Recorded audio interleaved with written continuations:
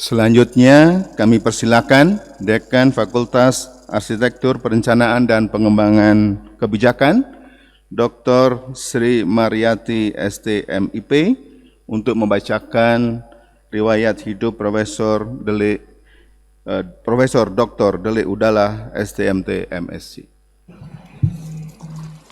Rektor ITB beserta para pimpinan ITB, Ketua Senat Akademik, Ketua, Sekretaris, dan anggota Forum Guru Besar, Ketua dan Wakil Ketua Majelis Wali Amanat, para hadirin yang saya hormati, izinkan saya membacakan kurikulum vitae dari Profesor Delik Udala yang biasanya kami panggil sebagai Profesor DH. Profesor Delik Udala adalah profesor di bidang perencanaan metropolitan. Beliau tergabung dalam kelompok keahlian perencanaan wilayah dan perdesaan, Sekolah Arsitektur, Perencanaan dan Pengembangan Kebijakan ITB. Sebelum saya membacakan kurikulum vitae dari Profesor DH, izinkan saya mengucapkan selamat ulang tahun kepada Profesor Delik Udala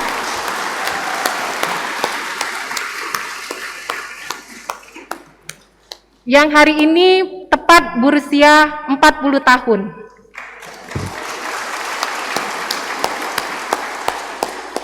Semoga selalu sehat, sejahtera, dan berlimpah berkahnya. Keberhasilan yang dicapai oleh Profesor Delik Udala tentu tidak terlepas dari dukungan keluarga. Profesor Delik Udala membangun rumah tangga sejak masa-masa akhir di program sarjana, menikah dengan Ibu Putri Ramadhani dan dikaruniai 4 orang anak, yaitu Zaidra Raja Kamil Firdaus, Zafira Hansa Sabrina, kemudian Muhammad Zidni Altair, dan Zahid Sakil Khalifah. 2 yang pertama ini menikmati suka dan duka pada saat orang tua menempuh pendidikan di Belanda. Profesor Delik Udala menyelesaikan pendidikan SD, SMP, dan SMA di Bandung, kemudian dilanjutkan pada tahun 2000 masuk ke program sarjana Perencanaan Wilayah dan Kota Institut Teknologi Bandung, kemudian melanjutkan program magister di ITB dan juga di University of Groningen dalam kerangka program double degree untuk program magister antara program studi perencanaan wilayah dan kota ITB dengan University of Groningen. Kemudian doktor juga diraih, gelar doktor diraih dalam bidang ilmu keuangan dari University of Groningen pada tahun 2010. Untuk kepangkatan, Profesor Delik Udala mempunyai karir yang sangat cemerlang, CPNS pada tahun 2008 dan kemudian 12 tahun kemudian telah menjadi guru besar, tepatnya pada 1 Agustus 2020.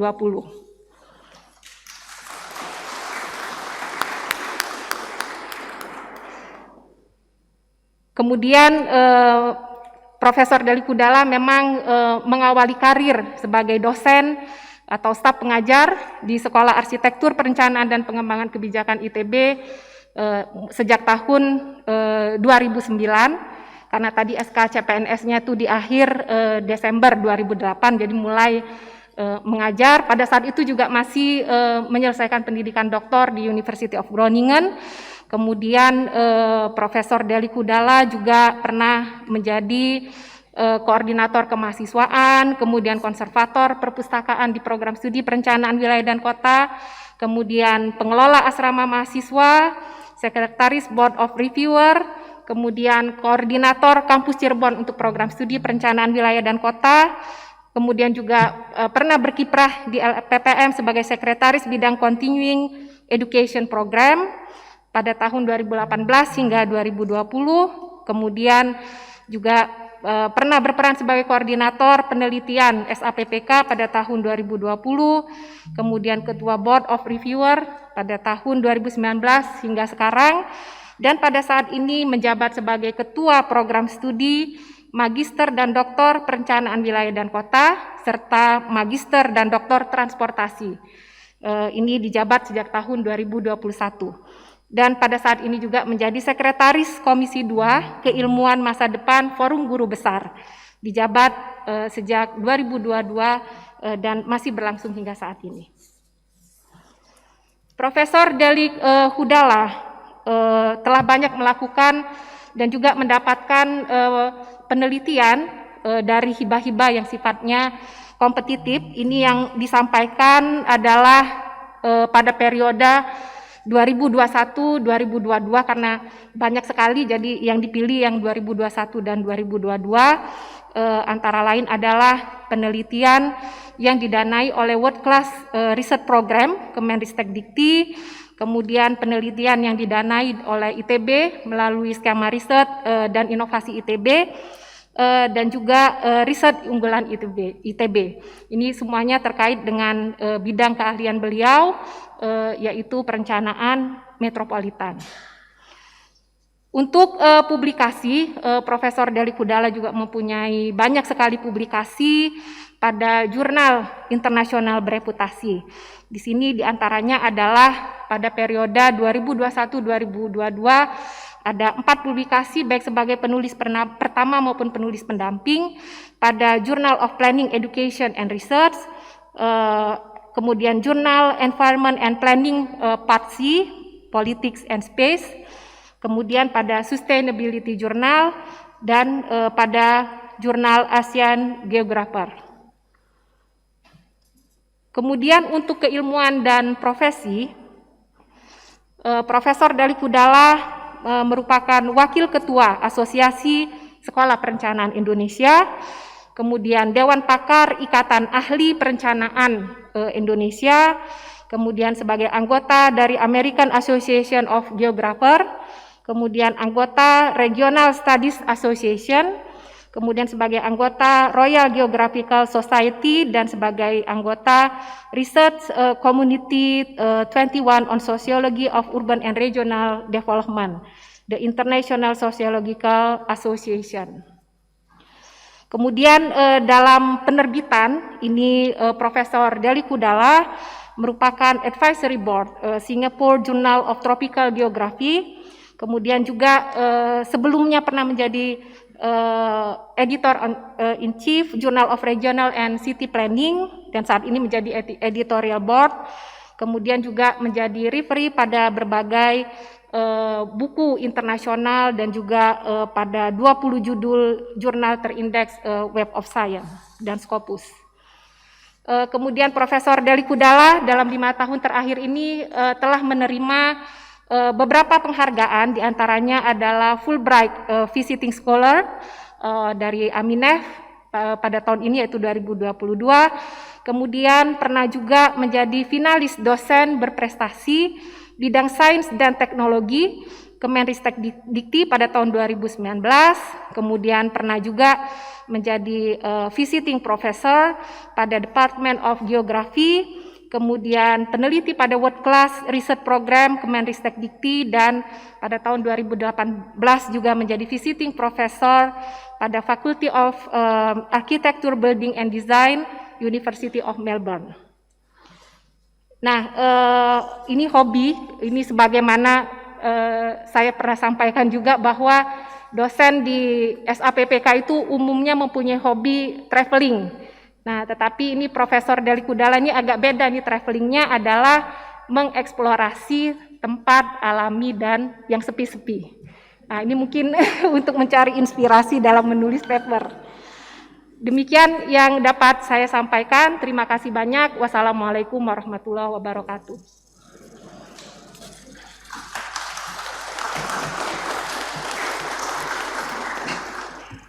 Berikutnya kami persilakan Profesor Dr. Delik Hudala, STMT MSc, untuk menyampaikan orasi ilmiah.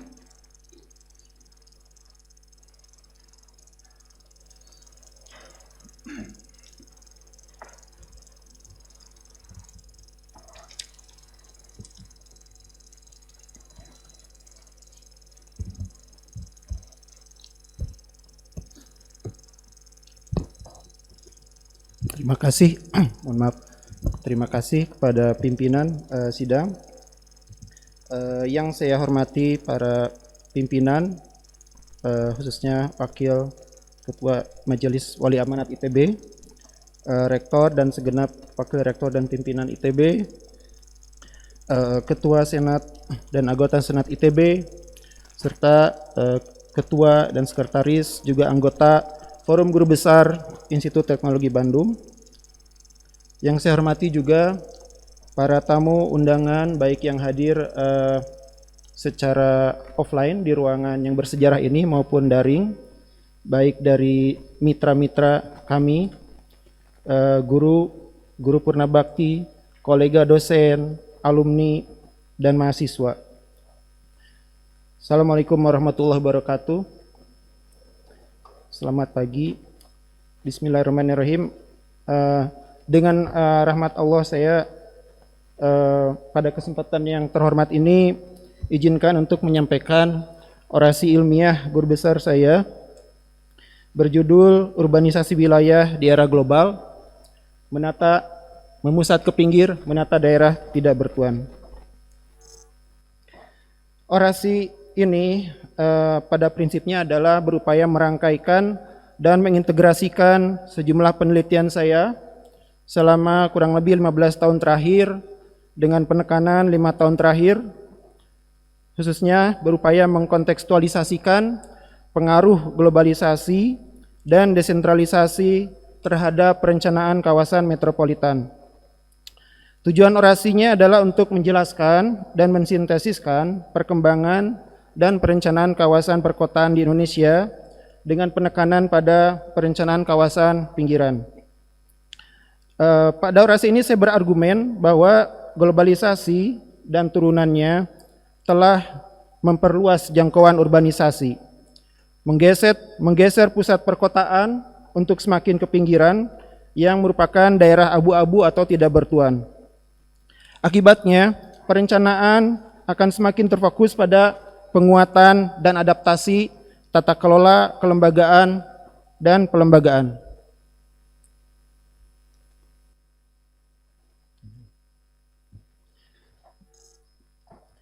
Kawasan perkotaan merupakan mesin pertumbuhan ekonomi. Bagi sejumlah negara besar seperti Cina dan India, kawasan perkotaan memiliki peran sentral sebagai katalis untuk mempercepat pembangunan nasional. Lebih jauh lagi, dengan semakin terbatasnya kekuasaan negara di era global ini, persaingan antar negara kian memudar dan semakin digantikan oleh persaingan antar kawasan perkotaan. Secara sederhananya, jejaring perkotaan semakin merefleksikan jejaring ekonomi dunia. Semakin kawasan perkotaan terhubung dengan sistem kota dunia, maka semakin tinggi kesempatan suatu negara untuk bisa menguasai atau setidaknya mempengaruhi tatanan ekonomi dunia. Saat ini, sudah lebih dari separuh penduduk dunia adalah penduduk perkotaan. Menurut UN Habitat, sekitar 60% penduduk perkotaan dunia ini tinggal di 2.000 aglomerasi perkotaan atau kawasan metropolitan. Indonesia sendiri dengan penduduk hampir 280 juta jiwa, sekarang ini 55% penduduknya adalah perkotaan. Sebagai negara terbesar ini kita memiliki satu kota raksasa atau megacity dengan penduduk lebih dari 10 juta jiwa dan setidaknya 10 kawasan perkotaan yang secara formal ditetapkan sebagai kawasan strategis nasional dan mungkin bertambah satu dengan adanya ibu kota negara. Sebagian besar penduduk kawasan perkotaan ini tinggal di kawasan pinggiran yang perkembangannya seringkali meluas melewati batas administrasi kota asalnya. Berkat penanaman modal, pengembang swasta berskala besar, dan industrialisasi, banyak dari kawasan pinggiran ini kini telah berubah menjadi kawasan dengan pertumbuhan yang cepat, melampaui kecepatan kota intinya, dan melampaui kemampuan adaptasi kelembagaannya. Kawasan perkotaan tidaklah statis dan terus berevolusi. Secara analitis, proses urbanisasi yang terjadi dapat dibagi menjadi dua kategori yang saling terkait dan saling melengkapi. Pertama adalah proses pembentukan yang sifatnya tidak disengaja atau unintentional, yang terdiri dari proses morfologis dan fungsional. Proses morfologis ini menunjukkan pada proses perwujudan kawasan perkotaan sebagai ruang tempat atau space of place yang terdiri dari kumpulan lokasi-lokasi kegiatan sosial ekonomi. Wujudnya adalah bentukan yang dapat diamati secara visual dan konkret seperti konsentrasi bangunan, konsentrasi penduduk, dan jaringan infrastruktur penghubungnya. Adapun proses fungsional merujuk kepada proses perwujudan kawasan perkotaan sebagai ruang gerak atau space of flows. Kawasan ini terbentuk dan diejawantahkan berupa aliran-aliran unsur baik yang bisa diamati maupun tidak, seperti aliran orang, barang, dan terakhir adalah aliran informasi. Terakhir, kategori kedua adalah bahwa pembentukan kawasan perkotaan ini juga bisa terjadi secara disengaja atau intentional. Hasilnya adalah berupa ruang-ruang ciptaan dan terencana melalui proses kebijakan dan pelembagaan, baik secara formal maupun informal. Menurut skala ruangnya, kawasan perkotaan ini bisa kita bagi ke dalam beberapa kategori yang bersifat multiskala, mulai dari skala paling kecil dan sederhana hingga besar dan rumit. Skala yang paling kecil adalah kota itu sendiri, misalnya kota Bandung, kota Jakarta, yang secara sederhana dapat diartikan sebagai konsentrasi lingkungan terbangun atau tempat memusatnya kegiatan ekonomi non-pertanian. Dalam perkembangannya, pertumbuhan kota ini menyebar ke kawasan pinggirannya sehingga terbentuklah aglomerasi perkotaan atau kawasan metropolitan, misalnya Jabodetabek dan Bandung Raya. Kawasan metropolitan yang saling berdekatan pada gilirannya berinteraksi dan bisa menyatu, membentuk satuan ruang yang lebih luas, yakni wilayah mega urban, misalnya Jakarta Bandung atau Joglo Semar. Terakhir, wilayah mega urban ini dapat saling berjejaring dan berintegrasi, membentuk mega region ataupun urban corridor, yakni suatu entitas perkotaan yang skalanya paling besar sehingga di berbagai negara memiliki kontribusi yang dominan terhadap ekonomi nasional dan mampu bersaing secara mandiri pada tataran global. Saya fokus kepada penelitian terakhir saya bahwa mega region ini sebagai kawasan perkotaan yang skalanya paling besar. Proses pembentukannya ditandai dengan meningkatnya interaksi sekumpulan kawasan metropolitan dan mega urban beserta wilayah hinterlandnya. Melalui mega regionalisasi ini terbentuklah ruang-ruang baru dan lebih mutakhir berupa berbagai mega project, kawasan ekonomi khusus atau KEK, kota transit, dan lain-lain lebih mudah terwujud. Sebagaimana terjadi di Pantura Jawa, khususnya koridor Jakarta-Surabaya, di mana migrasi musiman maupun aliran barang menjadi fenomena yang mendominasi. Pergerakan intensif jarak jauh ini ditunjang dengan tersedianya berbagai infrastruktur antar wilayah seperti jalan tol, kereta api, pelabuhan, dan bandara.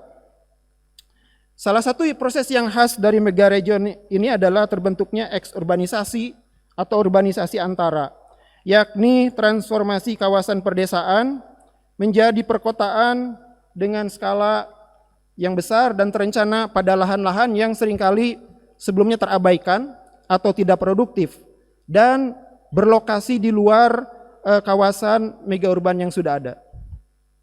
Isu kebijakan yang akan muncul dari fenomena ini adalah diantaranya tantangan ekologis, ketahanan pangan, energi, air, ketimpangan wilayah, daya saing wilayah, hingga koordinasi nasional dan lokal.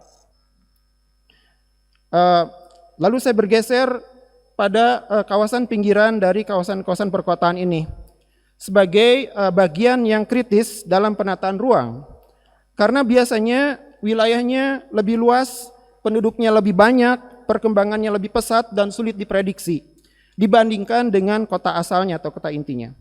Secara struktural, kawasan pinggiran ini dapat membentuk pusat kota baru. Secara pola, kawasan pinggiran dapat berwujud zona transisi antara desa dan kota. Pada tataran struktur, terbentuknya pusat baru di kawasan pinggiran dapat terjadi melalui proses dekonsentrasi, yakni penyebaran besar-besaran penduduk dan lapangan kerja menuju kawasan pinggiran. Dekonsentrasi ini dicirikan dengan penurunan atau stagnansi jumlah penduduk dan pekerjaan di kota inti yang diimbangi dengan peningkatan penduduk dan pekerjaan di kawasan pinggiran.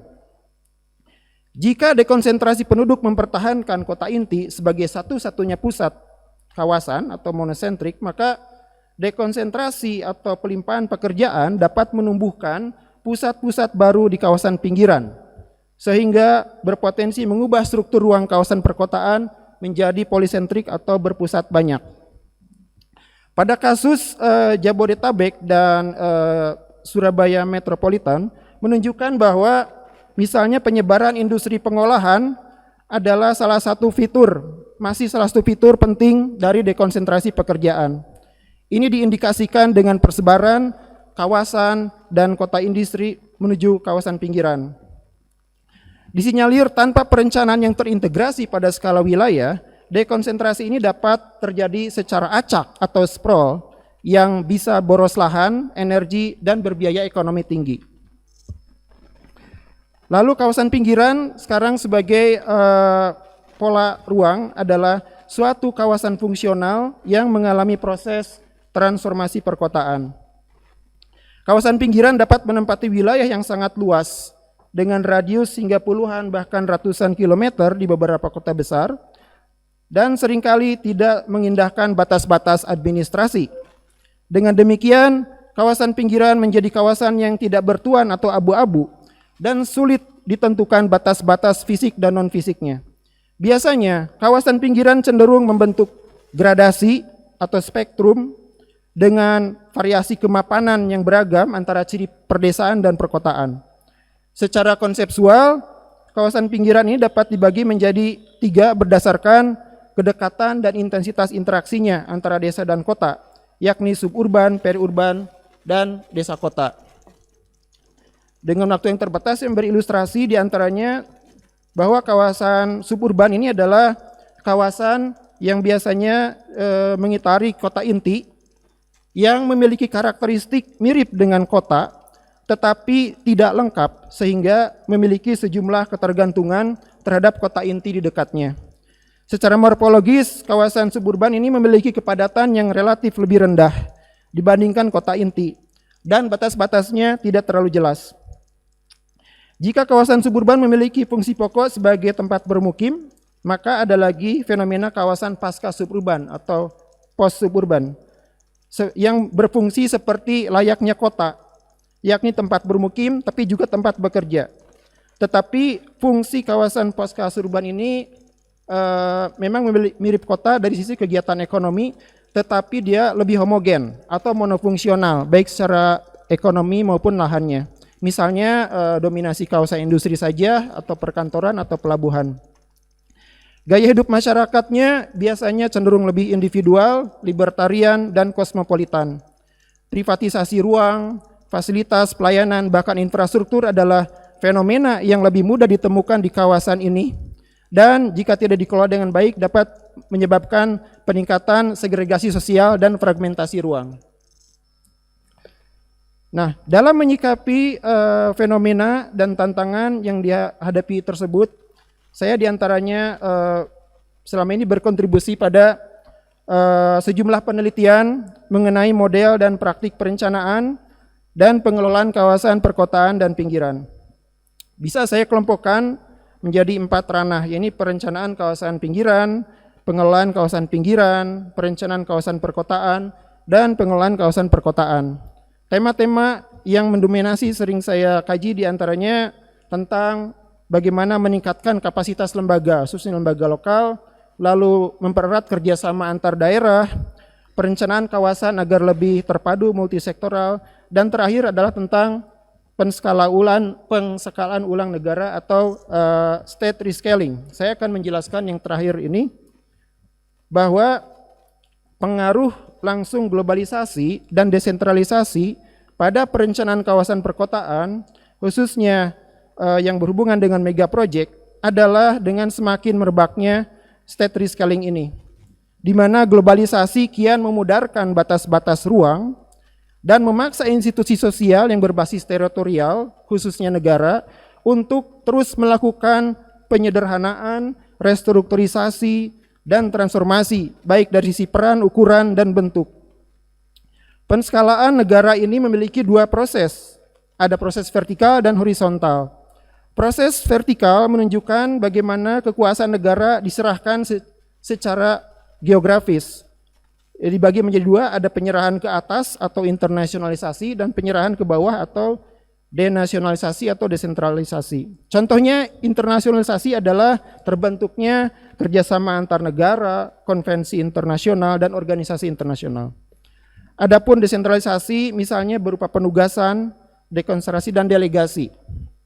Sementara itu, secara horizontal yang terjadi adalah proses pembatasan, pelemahan, atau bahkan pengosongan peran negara sebagai akibat dari penguatan peran aktor non-pemerintah, khususnya masyarakat dan swasta.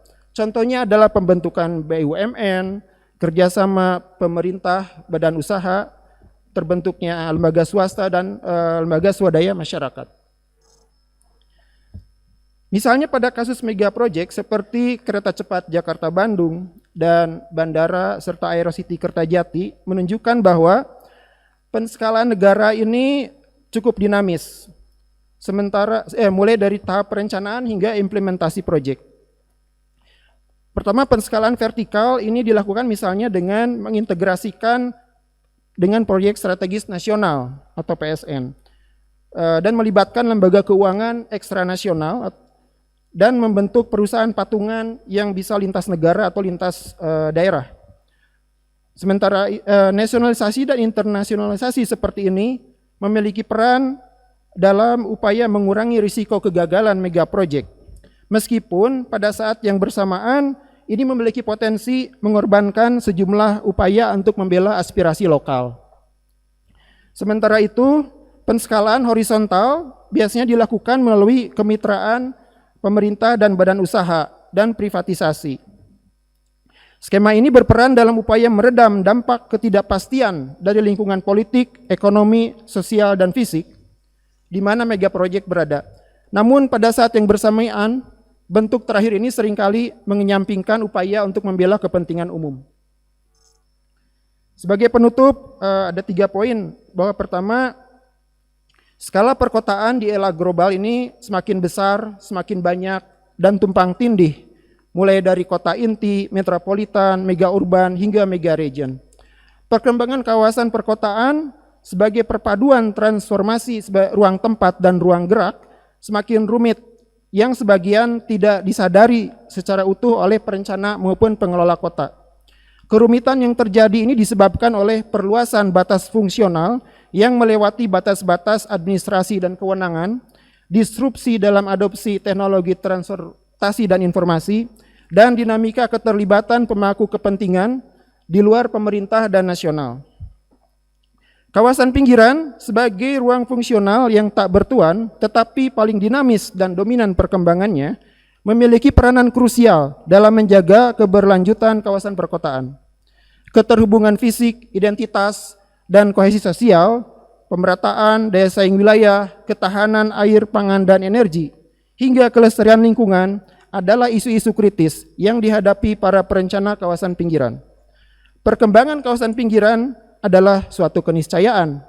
Para perencana mungkin pada kesempatan tertentu perlu mengubah perspektif dengan tidak selalu mendudukan kawasan pinggiran sebagai sumber masalah saja, tapi juga bisa sebagai sumber peluang dalam menciptakan ruang wilayah dan kota yang maju dan berkelanjutan. Perencanaan dan pengelolaan kawasan pinggiran dan perkotaan pada akhirnya saya menyarankan fokus pada 3 hal. Pertama adalah upaya penguatan kapasitas pelembagaan khususnya pada lembaga lokal melalui pembangunan sumber daya manusia, pengembangan jejaring organisasional, dan penguatan nalar politik. Kedua adalah koordinasi dan sinergitas antar rejim perencanaan sektoral, perencanaan pembangunan, dan perencanaan tata ruang sebagai suatu keniscayaan untuk mendorong pembangunan kawasan perkotaan yang lebih terpadu dan terarah. Terakhir adalah penguatan tata kelola kawasan perkotaan yang semakin melampaui batas administrasi dan kewenangan. Perlu ditekankan pada upaya pengembangan kerjasama antar aktor, antar sektor, dan antar daerah dengan memadukan pendekatan bottom up atau dari bawah dan dari atas atau top down, dan dengan memanfaatkan struktur dan peluang politik maupun celah hukum nasional dan memobilisasi kekuatan dan keunikan sejarah, sosial, budaya, dan ekonomi masing-masing kawasan.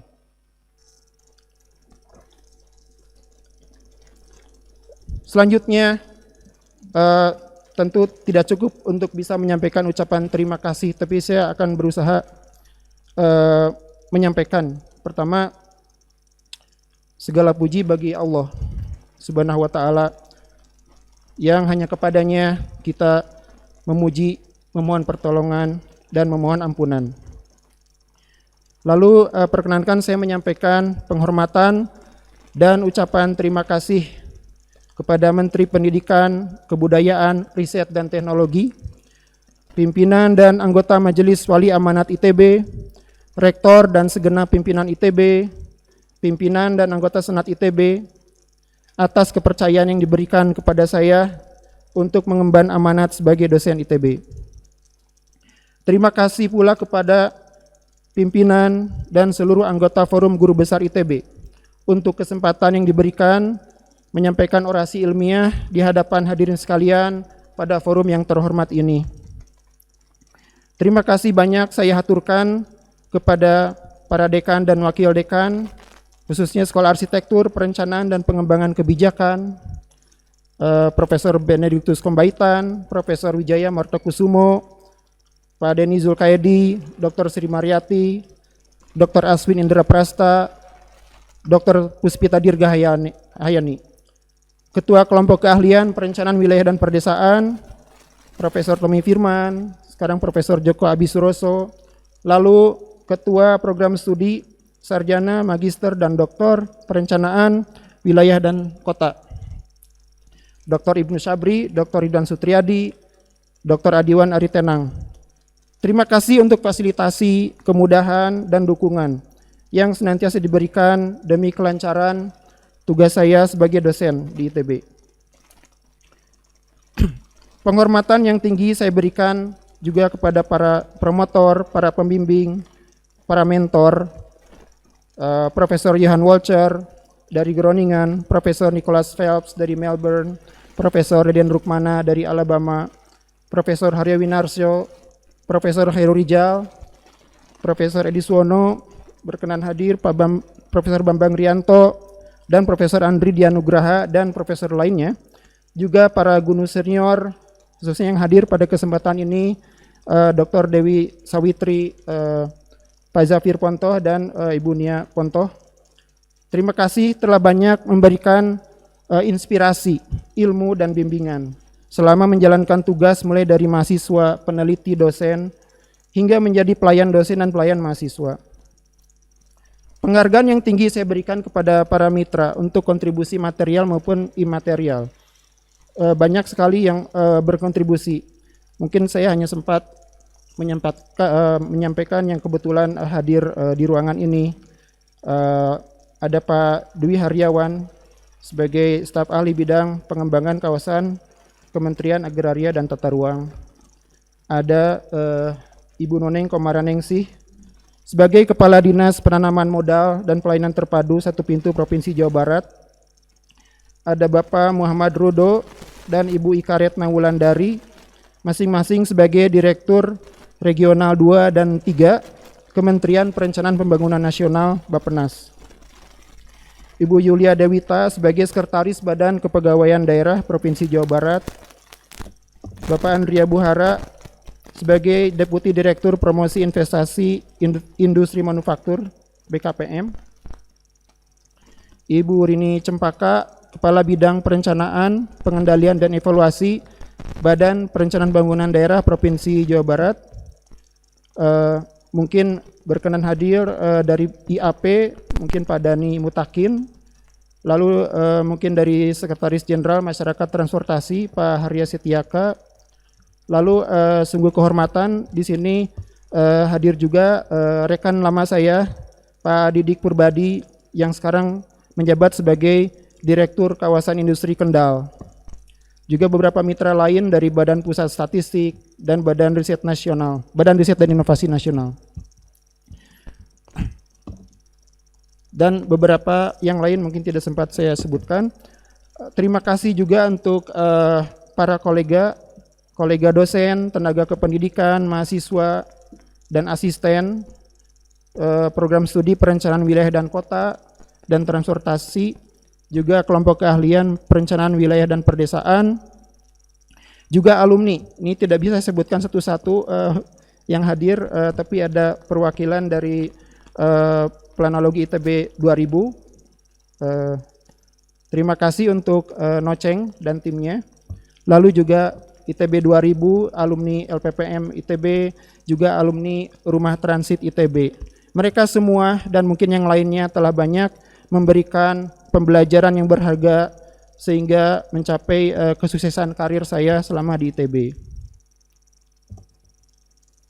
Dan yang paling penting adalah saya sangat berterima kasih kepada mama saya, Ibu Mariati, bapak saya juga yang berkenan hadir, Pak Udoy Kosasi, lalu Ibu mertua, Bu Emi Rusmiati, dan Bapak Pak Sofyanuddin, juga kakak saya dan paman saya. Mereka adalah salah satu sebab saya berada di sini, yang tentunya sangat besar, karena apa yang mereka lakukan pasti tiada pamrih dalam mendoakan saya dan juga menyokong pencapaian cita-cita. Jasa-jasanya tidak akan pernah terbalas, meskipun beribu doa saya lakukan. Semoga itu akan terbalaskan di akhirat nanti. Kasih yang tulus saya berikan kepada istri saya, Putri Ramadhani, dan anak-anak yang kebetulan hadir, Zaidra, Zidni, dan Zahid. Semuanya saya cintai. Mereka selalu memberikan saya motivasi. Kami berjuang bersama-sama. Mungkin tidak ada orang yang tahu bahwa semua perjuangan itu tidak bisa dilakukan secara sendiri. Dan perlu kesabaran dalam menemani saya melewati masa-masa sulit tugas di ITB.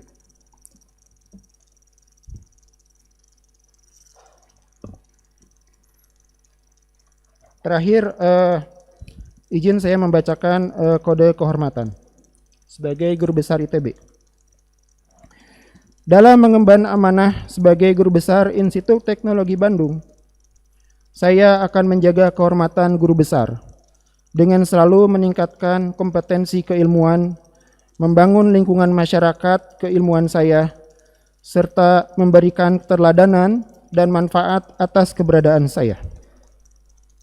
Untuk itu, saya akan selalu memegang teguh janji dan ucapan saya, mempertahankan integritas dengan menjaga kejujuran, kepercayaan, kebijaksanaan, keadilan, saling menghormati, bertanggung jawab, dan menjaga nilai-nilai ITB dan masyarakat.